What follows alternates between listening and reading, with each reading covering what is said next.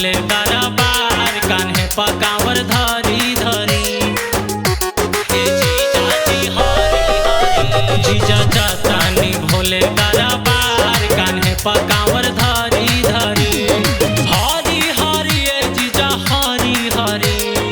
हरी हरी ए जीजा हरी हरी लइहा देव घर से चूड़िया ए जीजा जी हरी हरी लइहा देव घर से चूड़िया ए जीजा जी हरी हरी भोली के भावे ना मेवा मलैया ए जीजा जी तू चढ़ई हवेल बतैया ए जीजा जी ए जीजा सावन में पेन सब चूड़ी हरियर के चूड़ी हरियर के हो चूड़ी हरियर के एक कहूँ निशानी नइखे हमरा देव घर के हमारा देव घर के हो हमारा देव घर के हमरा देव घर के सावन में पेन सब चूड़ी हरियर के एक कहूँ निशानी नइखे हमरा देव घर के हरी हरी जीजा हरी हरी हरी हरी जीजा हरी हरी लइहा देव घर से चूड़िया ए जीजा जी हरी हरी लइहा देव घर से चूड़िया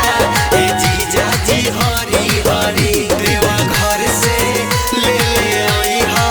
दीदिया खादी शंख बोला हो सुनले बानी नानी बोला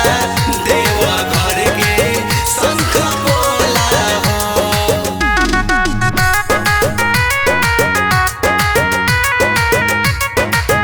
ध्यान में रखियो रोशन जीजा मोर कहल हो जीजा मोर कहल रोशन जीजा मोर कहल हो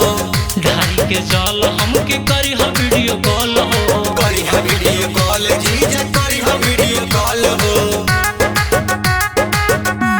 याद बानी ध्यान में रखी हा मिर्ची जीजा मोर कहल हो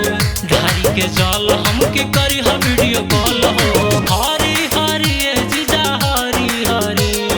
हरी हरी ए जीजा हरी हरी लइहा देव घर से चूड़िया ए जीजा जी हरी